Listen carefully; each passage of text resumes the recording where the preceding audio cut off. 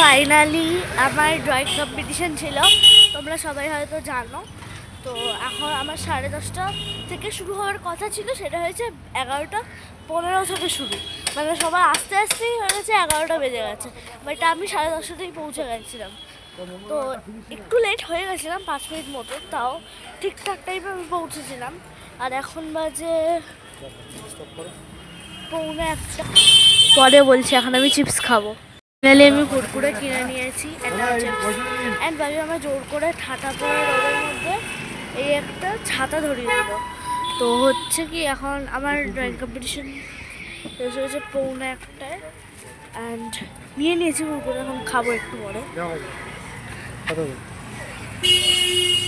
তো এবার বাড়ি যাবো। এমনি আমার আঁকাটা দেখে জাজেসরা যারা ছিলেন তারা এমনি তো বলছিল যে ভালো হয়েছে, তোমার বয়স কত? আমি বললাম 10। 10 বছরে এত কিছু আঁকা, তো আমি সিনারি যেটা এঁকেছি না অনেকটা বড় ছিল, একটু ব্রাড ছিল, ওয়াইড ছিল, অনেকগুলো ফিগার্সও ছিল ওর মধ্যে। ওর জন্য বলছিল যে খুব ভালো হয়েছে। আমি জানি না এখন রেজাল্ট কী হবে, রেজাল্ট পাওয়া অবধি ওয়েট করতে হবে। তার আগে আমার খুব খিদে পেয়েছে, আমার খেতে হবে এখন। স্নান টান কমপ্লিট হয়ে গেছে, সকাল থেকে ভিডিও করে নিই। কাল জানো তো মাঝরাত্রি থেকে হঠাৎ ডান পায়ে খুব ইউরিক অ্যাসিডের যন্ত্রণা হচ্ছে, সেই জন্য এমনি অন্য কোনো সমস্যা নেই, কিন্তু ডান পাটা বেশ যন্ত্রণা হচ্ছে, মানে দাঁড়াতে টাড়াতে কষ্ট হচ্ছে। তো সকালে একটা প্যারাসিটামল খেয়েছি, যদিও আমাদের 500-র উপরে খাওয়া উচিত না, কিন্তু 650 খেয়েছি যন্ত্রণার চোটে। আর ওখানে পায়ে আর কি ভলিনি স্প্রে করেছি, কিন্তু তাতেও দাঁড়াতে একটু কষ্ট হচ্ছে। এখানে বসে বসে টিভি দেখছিলাম, হঠাৎ এই যে জানলা দেখছো, পাশের বাড়িতে এমন মানে গাছের ধুম, যে গাছে বাবা পাটা তুলতে পারছি না, পাটা খুব ব্যথা। তো এখানে বসে বসে টিভি দেখছিলাম। মা আজকে রান্না করেছে, কি রান্না করেছে তোমাদের সাথে শেয়ার করব। তাদের এমন গাছের ধুম যে গাছে স্প্রে করতে এসেছে তাদের মালি, তাদের এইটুকু সেন্স নেই অন্তত নক করি যে জানলাটা বন্ধ করতে বলার বা কিছু।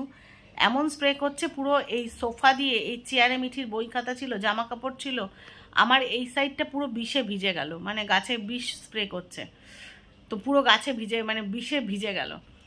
তারপরে উঠলাম, এই অবস্থায় তো থাকা যাবে না। প্রথমে না অল্প পড়েছে, অল্প মানে ধরো জোরে যদি বৃষ্টি আসে ছাঁট লাগলে যেরকম হয় সেরকম। এবার এতটাই টিভি দেখার মতো ছিল, অতটা গুরুত্ব দেয়নি, ভাবলাম কী করে জল এলো। তারপরে দেখি মানে প্রায় এপাশটা পুরো ভিজে গেছে।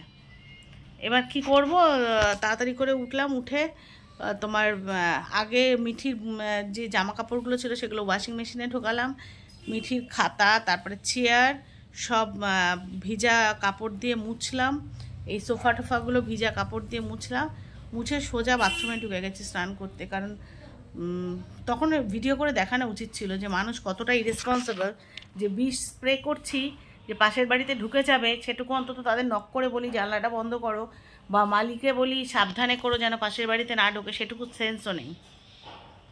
তো যাই হোক, তখন আর ভিডিও করার মতো পরিস্থিতি ছিল না, তখন সেফটি ফার্স্ট ছিল, সেফটি আগের জন্য সেটাকে ব্যবস্থা করেছি। তারপর স্নানে ঢুকে গেছি, স্নান করে এসে বসেছি বেশ খানিকক্ষণ হলো, আর পুরো শ্যাম্পু করে স্নান করলাম, কারণ যেহেতু এপাশটা পুরো ভরে গেছে বিষে, তো বাধ্য হলাম। তো চলো তোমাদের সাথে শেয়ার করি মাম কি রান্না করেছে। দাঁড়াও, উঠতে বেশ কষ্ট হচ্ছে বাবা, ভাবলাম দেখাই অন্তত মেয়ে রান্না করেছে। মাম ভাতটা করে আবার একটু আলগা করে রেখেছে, দেখেছো, যেন ধোঁয়াটা বেরিয়ে যায়। আর এই যে কালকে সেই তেল পটলটা একটুও খাওয়া হয়নি, হ্যাঁ, কালকে যেহেতু অত কিছু পদ ছিল তেল পটলটা রয়ে গেছে। আর ওইখানে একটু পুরনো চাটনি আছে, এই যে প্লেন ডিমের ঝোল, ব্যাস এই আজকের খাবার।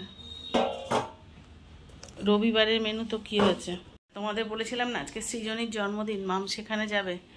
তো মাম কিন্তু সকাল থেকে আমারই পায়ে ব্যথার জন্য এখন অবধি যায়নি, তবে বিকালবেলা তো অবশ্যই যাবে, নাহলে সৃজনী পেটাবে ওকে। তো রাত্রেবেলা মামের ভালো খাওয়া দাওয়া আছে, যেহেতু সৃজনীর কাছে যাবে। সৃজনীও জন্মদিন বড় করে করছেন, এখন বড় হয়ে গেছে, দু একটা বন্ধুরা তো যাবেই। আর মাম তো সৃজনীর বেস্ট ফ্রেন্ড, মাম না গেলে তো হবে না।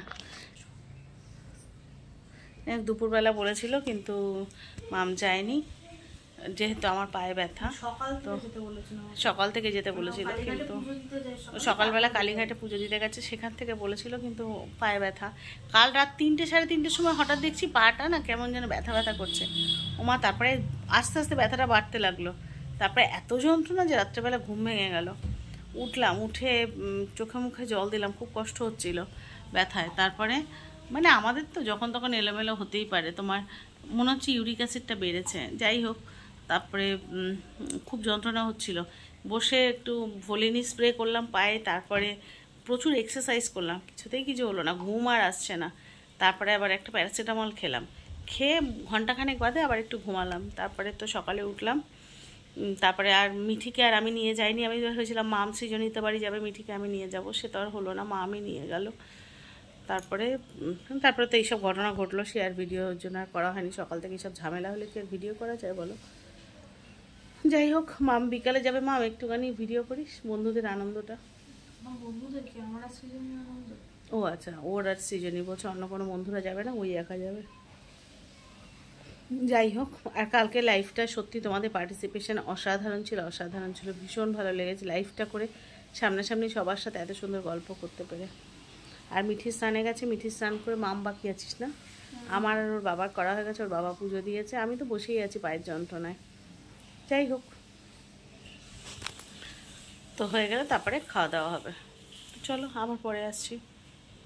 সন্ধেবেলা চলে এসেছি রান্নাঘরে, দেখে তোমরা অবাক হচ্ছ কেন এসেছি। তার একটা কারণ আছে। আজকে সকাল থেকেই মৌসুমীর মারাত্মক পায়ে যন্ত্রণা করছে, ওইখানে সোফায় ওই যে বসে আছে, খুবই ব্যথা করছে পা। মাঝে মাঝে হয় এরকম, যখন ইউরিক অ্যাসিড বেড়ে যায় বা শরীরে যদি জল বেড়ে যায়। জানি না রাতটুকু কীভাবে কষ্টটা সহ্য করবে। সকালে যতক্ষণ ডায়ালিসিস না হবে ততক্ষণ পর্যন্ত তো ব্যথাটা কমবে বলে আমার মনে হয় না, কারণ এটা আমাদের একটা অভিজ্ঞতা বলছে। তো এই যে এসছি, এই হট ওয়াটার ব্যাগ নিয়ে, এটা দিলে কিছুটা রিলিফ পায়, কারণ আইস ব্যাগ দেওয়াতে ওর ব্যথাটা বেড়ে যায়। তো আগেও কয়েকবার দেখেছি এই গরম জলের ছেঁক দিলে ওই জয়েন্টগুলো ব্যথাটা কিছুটা কমে। তো সেটাই করতে এসছি। তো সেই জন্যই তোমাদের দেখালাম রান্নাঘরে এসছি কেন। সচরাচর আমি রান্নাঘরে খুব একটা আসি না, খুব কমই আসি। মাম থাকলে তো একদমই আসতে হয় না, আর মৌসুমি সুস্থ থাকলে তো ঢুকতেই দেয় না, খুব রেয়ার। বাট আজকে আসতে বাধ্য হলাম, কারণ মাম একটু বেরিয়েছে বাইরে। এটাই দাও, জল বেশি হয়ে গেছে না? আমি বুঝতে পারিনি, তাহলে একটু জল কমিয়ে আনবো। হ্যাঁ, তাহলে এইটা চেপে দাও একটু।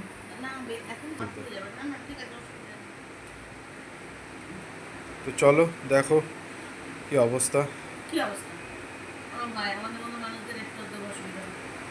না, এরকম অবস্থাটা বলবো না, এরকম যন্ত্রণাটা কষ্ট পাচ্ছে, সেটাই হচ্ছে ব্যাপার।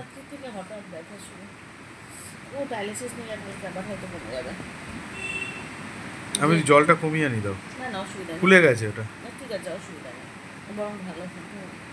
হ্যাঁ, অনেকক্ষণ ধরে আস্তে আস্তে দেবো জলটা, অনেক বেশি জল মানে হিটটা অনেকক্ষণ থাকবে। তো সঙ্গে থাকো, সবাই প্রে করো যাতে মৌসুমি ব্যথাটা একটু কমে যায়। ডায়ালিসিস নিলেই তোমার ইউরিক অ্যাসিডটা ছেঁকে দেবে না, কমে যাবে। তো এখন আমি টিউশন থেকে ফিরছি, অ্যান্ড বাপি এখান থেকে চাউমিন নিয়েছে। কার জন্য? তুই বায়না করেছিস? ওই আমি বায়না করিনি, বায়না করিনি, মিথ্যা বলছে। আমি বলেছি তো চাউমিন খেলে ভালো হয়, আমি রাজি হয়ে গেল, আমার ভালোও লাগে চাউমিন। তো এখন বাড়ি যাব, কারণ এখন বাজে 11:15, মানে 10:43, আর আমার বাড়িতে আমার খুব জোরে খিদে পেয়েছে, আমাকে খেতেও হবে।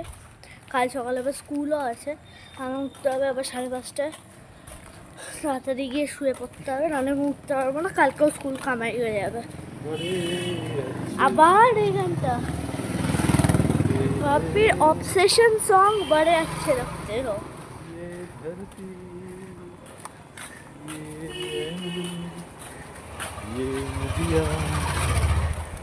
और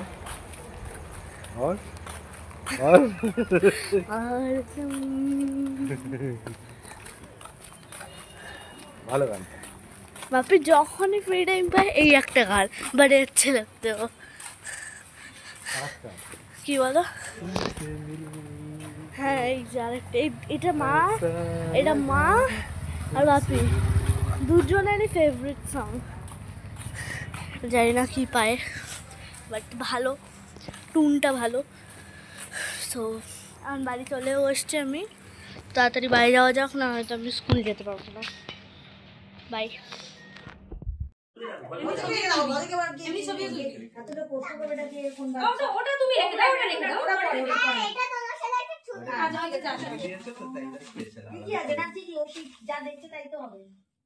এদিকে টাকা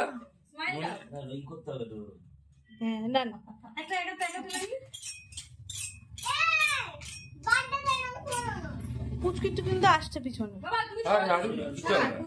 ব্যাস হয়ে গেছে, ডান। হ্যাঁ, হ্যাপি বার্থডে টু ইউ।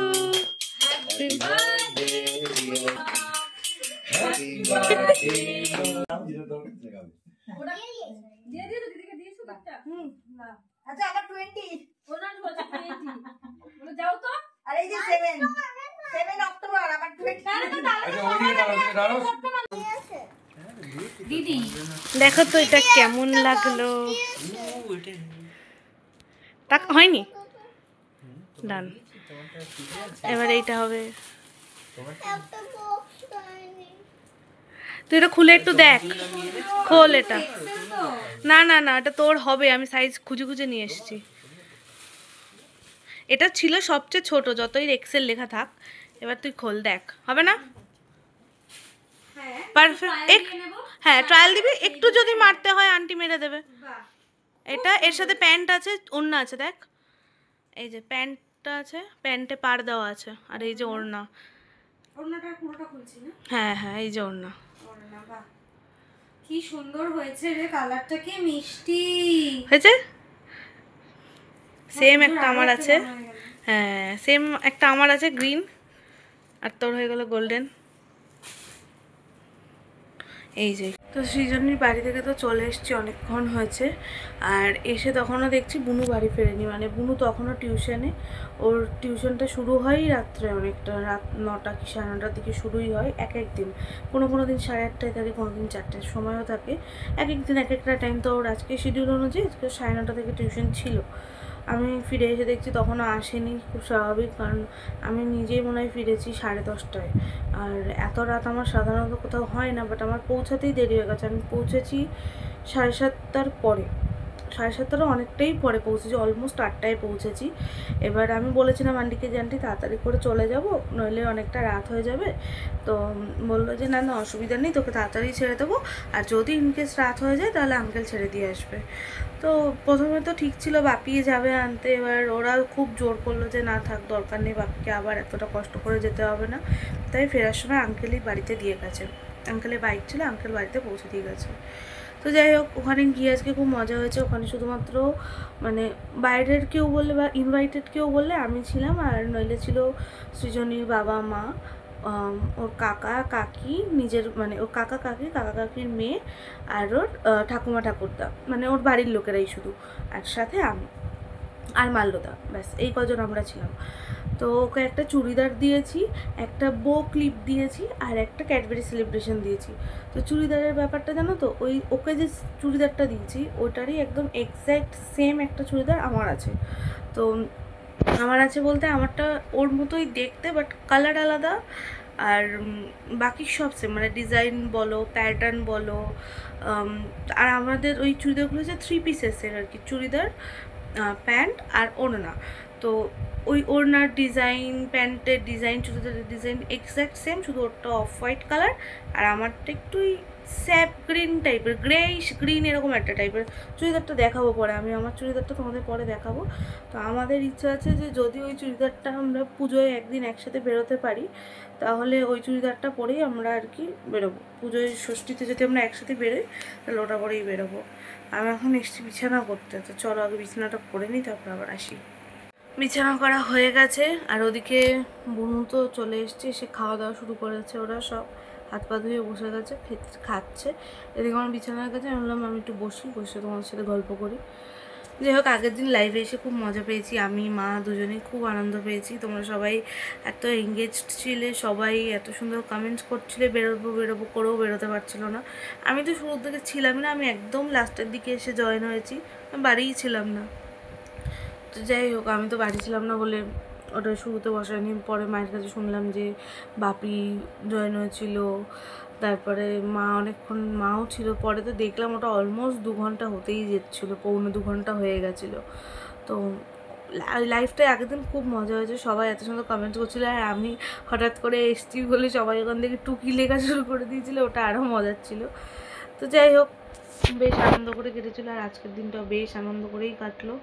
তাহলে আজকের ভিডিওটা এই পর্যন্তই থাকলেও, ভিডিওটা যদি ভালো লেগে থাকে লাইক কমেন্ট শেয়ার করে পাশে থাকবে। দেখা হচ্ছে নেক্সট কোনো ভিডিওতে।